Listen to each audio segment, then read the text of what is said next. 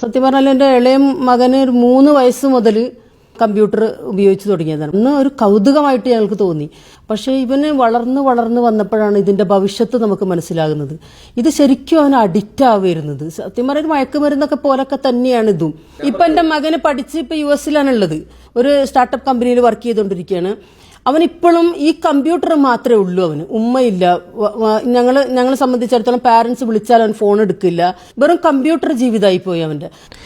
ഈ പറഞ്ഞ പ്രശ്നമുണ്ടല്ലോ, ഇന്നത്തെ തലമുറ നേരിടുന്ന ഏറ്റവും വലിയൊരു വിപത്താണ്, ഇനി നേരിടാൻ പോകുന്ന ഏറ്റവും വലിയ ദുരന്തവുമാണ്. ഓരോ കുടുംബത്തിലും നടക്കുന്ന പ്രശ്നങ്ങളാണിത്. കാരണം ഞങ്ങൾ ഈ പരിപാടിക്ക് പോകുന്ന സമയത്ത് മാതാപിതാക്കൾ ഞങ്ങളോട് വന്നിട്ട് ചോദിക്കുന്നൊരു ചോദ്യമാണിത്: എന്ത് ചെയ്യണം? കാരണം എൻ്റെ കുട്ടി മൊബൈൽ ഫോൺ അഡിക്റ്റാണ്, അവൻ സോഷ്യൽ മീഡിയയിൽ വീണു കഴിഞ്ഞു, അവൻ്റെ കയ്യിൽ നിന്ന് മൊബൈൽ ഫോൺ തിരിച്ചു മേടിച്ചു കഴിഞ്ഞാൽ അവൻ വയലൻ്റ് ആയിക്കൊണ്ടിരിക്കുന്നു, എന്താണ് ചെയ്യേണ്ടത്? എവിടെയാണ് ഇതിൻ്റെ തുടക്കം? നമ്മളിൽ നിന്നാണ് തുടക്കം. നമ്മൾ കുട്ടിക്കാലത്ത് ഈ കുഞ്ഞുങ്ങൾക്ക് മൊബൈൽ ഫോൺ കളിക്കാൻ കൊടുക്കുന്നു. അപ്പോൾ നമ്മൾ വലിയൊരു അട്രാക്ഷനാണ്. ഇപ്പോൾ നേരത്തെ പറഞ്ഞ പോലെ തന്നെ എൻ്റെ കുട്ടി മൊബൈൽ ഫോൺ വളരെ ബ്രില്യൻ്റ് ആയിട്ട് കൈകാര്യം ചെയ്യുന്നു, അവൻ കമ്പ്യൂട്ടറിൽ എക്സ്പേർട്ടാണ്, എനിക്കറിയാത്ത കാര്യങ്ങൾ അവനറിയാം. ഇത് നമ്മളിങ്ങനെ ഉദ്ഘോഷിക്കുകയാണ്. അതാണ് പ്രശ്നം. കളിക്കാൻ കൊടുക്കാറില്ലേ? Mobile phone കൊടുക്കാറില്ലേ? പ്രത്യേകിച്ച് നൈറ്റ് ഡ്യൂട്ടി ഒക്കെ വരുന്ന സമയത്ത് ഡേയിൽ ഉറങ്ങാൻ വേണ്ടി ആദ്യമൊക്കെ നമ്മൾ ഗെയിം കളിക്കാനും അല്ലാതെ കാർട്ടൂൺ കാണാനൊക്കെ ഫോൺ കൊടുത്തിരുന്നു. പിന്നീട് അവൻ വളർന്നു വന്നപ്പോൾ നമുക്കതൊരു വലിയ ബുദ്ധിമുട്ടായി തുടങ്ങി. അത് ഫോൺ കിട്ടാതെ വരുമ്പോൾ അവനത് പ്രകടിപ്പിച്ചു തുടങ്ങി. ഭയങ്കര ദേഷ്യവും. അവൻ പഠിക്കാൻ തുടങ്ങി. ഇപ്പം പഠിക്കാൻ സെക്കൻഡ് സ്റ്റാൻഡേർഡിൽ പഠിക്കുക. പക്ഷെ അവൻ ആ പഠിക്കണമെന്ന് അങ്ങോട്ട് താല്പര്യമില്ല. ഈ ഫോൺ കാണുന്ന ഉടനെ ഏതാണ്ട് പ്രത്യേക ഒരു ഇതാ അവന്. അപ്പോൾ ഒരു പരിധിവരെ നമ്മളാണ് പ്രശ്നങ്ങൾ സൃഷ്ടിക്കുന്നത്. നമ്മൾ കൺഫ്യൂസ്ഡ് ആണെന്ന് പറയുന്നത് പോലെ തന്നെ കുട്ടികളും കൺഫ്യൂസ്ഡ് ആണ്. ഈ ജോൺ ലോക്ക് എന്ന് പറയുന്ന ഒരു സൈക്കോളജിസ്റ്റ് ഉണ്ട്. അദ്ദേഹം പറയുന്ന ഒരു കാര്യം, ടാബുല റാസ എന്ന് പറയുന്ന മനോഹരമായ ഒരു സൈക്കോളജിക്കൽ ടേം അദ്ദേഹം ഇൻട്രൊഡ്യൂസ് ചെയ്യുന്നുണ്ട്. ടാബുല റാസ എന്ന് പറഞ്ഞു കഴിഞ്ഞാൽ ഒഴിഞ്ഞ വെള്ള പേപ്പർ എന്നാണ്. ഓരോ കുട്ടിയും ഭൂമിയിൽ പിറന്നു വീഴുന്നത് ഒഴിഞ്ഞൊരു സ്ലേറ്റ് പോലെയുള്ള മനസ്സുമായിട്ടാണ്. ഇതിനകത്ത് വരയ്ക്കുന്നതും കുറിക്കുന്നതും നമ്മളാണ്. കുട്ടികൾ നമ്മളെ കണ്ട് വളരുന്ന സമയത്ത്, ഉദാഹരണത്തിന് ഇപ്പോൾ ഈ പറഞ്ഞ സബ്ജക്റ്റ് തന്നെ, നമ്മൾ കുട്ടികളോട് പറയുന്നു മൊബൈൽ ഫോൺ ഉപയോഗിക്കരുത്, അല്ലെങ്കിൽ ഗെയിം കളിക്കരുത് എന്ന് നമ്മൾ പറയുകയും നമ്മൾ മാതാപിതാക്കൾ അപ്പുറത്ത് നിന്നുകൊണ്ട് ഇതേ ഗെയിം കളിക്കുകയും അല്ലെങ്കിൽ മൊബൈൽ ഫോണിൽ അഡിക്റ്റ് ആയിട്ട് അതിൻ്റെ പുറകെ നടക്കുകയും ചെയ്യുന്ന സമയത്ത് കുട്ടികൾ കൺഫ്യൂസ്ഡ് ആണ്. എന്നോടൊന്ന് പറയുന്നു, എൻ്റെ മാതാവും എൻ്റെ പിതാവും മറ്റൊരു കാര്യം ചെയ്തുകൊണ്ടിരിക്കുന്നു. എന്താണ് ഉത്തരം? ഇതാണ് പ്രശ്നം. നമ്മൾ കുട്ടികളോട് പറയുന്നു കള്ളം പറയരുത് എന്ന് നമ്മൾ പറയുകയാണ്. അച്ഛൻ അമ്മയോട് കള്ളം പറയുന്നതും അമ്മ അച്ഛനോട് കള്ളം പറയുന്നതും കുട്ടി മനസ്സിലാക്കുകയാണ്. കുട്ടി കൺഫ്യൂസ്ഡ് ആണ്. കുട്ടിക്ക് പ്രതികരിക്കാൻ പറ്റില്ല, അല്ലേ?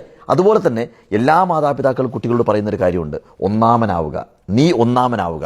അധ്യാപകർ പറയുന്നു ഒന്നാമനാവുക. കുട്ടി എന്താ ചെയ്യേണ്ടത്? ഒരു ക്ലാസ്സിൽ ഒരാൾക്കല്ലേ ഒന്നാമനാവാൻ പറ്റുള്ളൂ. കുട്ടി കൺഫ്യൂസ്ഡ് ആണ്. അപ്പോൾ മൊത്തത്തിൽ കൺഫ്യൂസ്ഡ് ആയിട്ടൊരു മനസ്സ് വരുന്ന സമയത്ത് സ്വാഭാവികമായിട്ടും കുട്ടികൾ പ്രതികരിക്കും, കുട്ടികൾ പൊട്ടിത്തെറിക്കും. കാരണം കുട്ടികൾ കൺഫ്യൂസ്ഡ് ആണ്. ഇതാണ് പ്രശ്നം. മറ്റൊരു കാര്യമുള്ളത്, ഇപ്പോൾ അച്ഛൻ എന്ന് പറയുന്ന ഒരു ചക്രവർത്തിയെ പോലെ നിൽക്കണം എന്നുള്ളതാണ് കുഞ്ഞുനാളിൽ കുട്ടികൾ ആഗ്രഹിക്കുന്നത്. ഒരു ചക്രവർത്തി, അല്ലേ? എല്ലാ കാര്യത്തിലും ഒരു റോൾ മോഡലായിട്ട് നിൽക്കേണ്ടതാണ് എൻ്റെ അച്ഛൻ, എൻ്റെ അമ്മ ഒരു റോൾ മോഡലായിട്ട് നിൽക്കേണ്ടതാണ് എന്നാണ് കുട്ടി ആഗ്രഹിക്കുന്നത്. ഒരു കഥയുണ്ട് കേട്ടോ. ഫരീദ് എന്ന് പറയുന്ന ഒരു ഫക്കീറാണ്. അക്ബർ ചക്രവർത്തിയുടെ ഭരണകാലത്താണ്. ഒരു ഗ്രാമത്തിനകത്ത് ഒരു കുടിലിനകത്താണ് താമസിക്കുന്നത് അദ്ദേഹം. ഈ ഫരീദ് എന്ന് പറയുന്ന അത്രമാത്രം ഒരു ഗുരു തുല്യനായതുകൊണ്ട് ഈ അക്ബർ വല്ലാതെ മാനസികമായിട്ടുള്ള അസ്വസ്ഥതകൾ അനുഭവിക്കുന്ന സമയത്ത് ഈ ഫരീദിനെ കാണാൻ വേണ്ടിയിട്ട് അർദ്ധരാത്രിയിൽ വേഷം മാറിയിട്ട് വരും. ഈ കുടിലിൽ വന്നിട്ട് ഈ ഫരീദിൻ്റെ കൂടെ കുറേ സമയം ഇരുന്ന് അദ്ദേഹം ഒരു ആശ്വാസ വചനങ്ങൾ കേട്ട് അക്ബർ തിരിച്ചു പോകും. അപ്പോൾ ഈ ഗ്രാമവാസികൾക്കറിയാം ഈ അക്ബറിന് ഈ ഫരീദിനോട് അത്രമാത്രം ആരാധനയാണെന്നുള്ള കാര്യം അറിയാം. ഈ ഗ്രാമവാസികളെല്ലാം കൂടി ചേർന്ന് ഈ ഫരീദിനോട് പറഞ്ഞു, നമ്മുടെ ഗ്രാമത്തിലൊരു വിദ്യാലയമില്ല, അങ്ങ് ചെന്ന് ചോദിച്ചു കഴിഞ്ഞാൽ തീർച്ചയായിട്ടും അക്ബർ ചക്രവർത്തി ഒരു വിദ്യാലയം അനുവദിച്ചു തരും, ഒന്ന് പോയി ചോദിച്ചുകൂടെ എന്ന് ചോദിച്ചു. തീർച്ചയായിട്ടും ഫരീദിന് തോന്നി, എനിക്ക് വേണ്ടിയിട്ടല്ലല്ലോ, ഗ്രാമത്തിന് വേണ്ടിയിട്ടല്ലേ. അദ്ദേഹം ഒരു ദിവസം അതിരാവിലെ അക്ബറിനെ കാണാൻ വേണ്ടിയിട്ട് പോവുകയാണ്. അപ്പോൾ ചെല്ലുമ്പോൾ ഈ കൊട്ടാരത്തിലുള്ള ആളുകൾ പറഞ്ഞു, അക്ബർ പ്രാർത്ഥനാമുറിയിലാണ് എന്ന് പറഞ്ഞു. അങ്ങനെ ഈ അക്ബർ ചക്രവർത്തിയെ കാണാൻ വേണ്ടിയിട്ട് ഫരീദ് പ്രാർത്ഥനാമുറിയിലേക്ക് ചെല്ലുമ്പോൾ പ്രാർത്ഥന അവസാനിക്കുന്ന ഘട്ടമാണ്. അക്ബർ പ്രാർത്ഥിച്ചുകൊണ്ടിരിക്കുന്നത്, എനിക്കൊരുപാട് ധനമുണ്ടാവണേ, ഞാൻ ലോകത്തിലെ ഏറ്റവും വലിയ ധനാഢ്യനാവണേ, എൻ്റെ കൊട്ടാരം വളർന്നു വലുതാവണേ, എൻ്റെ രാജ്യം വളർന്നു വലുതാവണേ എന്നിങ്ങനെ യാചിച്ചു കൊണ്ടിരിക്കുകയാണ് ദൈവത്തിനോട്. ഫരീദ് ഉടനെ തന്നെ പടികൾ ഇറങ്ങി താഴേക്ക് പോന്നു.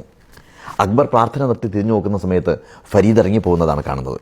അദ്ദേഹത്തിൻ്റെ അടുത്ത് ചെന്നതിന് ശേഷം ചോദിച്ചു, താങ്കൾ എന്താണ് ഇറങ്ങി പോകുന്നത്? അപ്പോൾ ഫരീദ് പറഞ്ഞൊരു ഉത്തരവുണ്ട്, ഞാൻ വന്ന സ്ഥലം തെറ്റിപ്പോയി, ഞാനൊരു ചക്രവർത്തിയെ കാണാൻ വേണ്ടിയിട്ടാണ് വന്നത്, പക്ഷെ ഞാൻ കണ്ടത് ഒരു യാചകനെയാണ്, യാചിച്ചുകൊണ്ടിരിക്കുന്ന ഒരു വ്യക്തിയാണ് ഞാൻ കണ്ടത്. ഇതാണ് കൺഫ്യൂഷൻ എന്ന് പറയുന്നത്.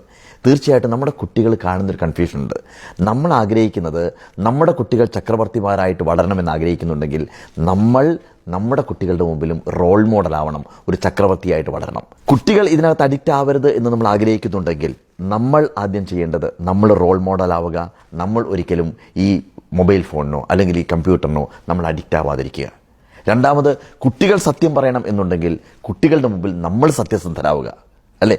കുട്ടികൾ ഒന്നാമനായിട്ട് വളരണം എന്നുണ്ടെങ്കിൽ നമ്മൾ ഒന്നാമനാവുക. കുട്ടികളുടെ മുമ്പിൽ നമ്മളൊരു ചക്രവർത്തിയായിട്ട് മാറുക. തീർച്ചയായിട്ടും നമ്മുടെ കുട്ടികളും അതുപോലെ തന്നെ ചക്രവർത്തിയാവും.